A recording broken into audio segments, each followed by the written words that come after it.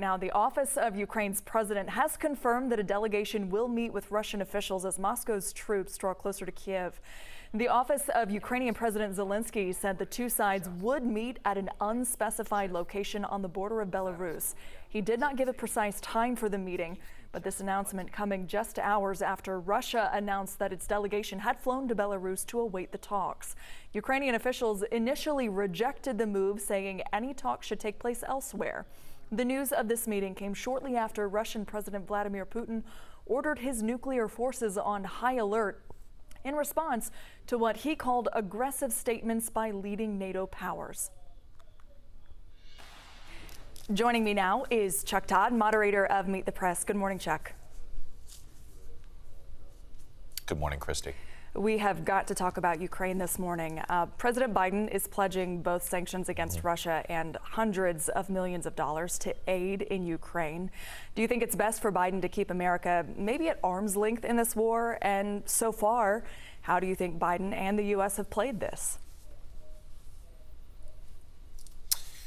Well, look, I think given the circumstances and given the hand that he had, I think the Western Alliance has done everything you would expect it to do up to this point. Okay, NATO nation wasn't attacked. They've done everything short of direct military involvement, and I think nobody has the appetite for that. Obviously, if this spills over into a NATO nation, then that changes that calculus so far. But look, I do think the Ukrainian people and President Zelensky have provided a far greater resistance than I think the Western Alliance thought.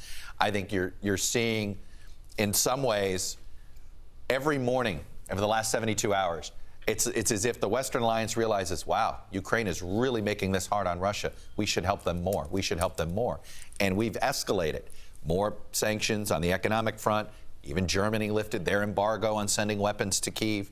So I do think that the stronger the resistance from the Ukrainian people and the Ukrainian government, the stronger they hold up.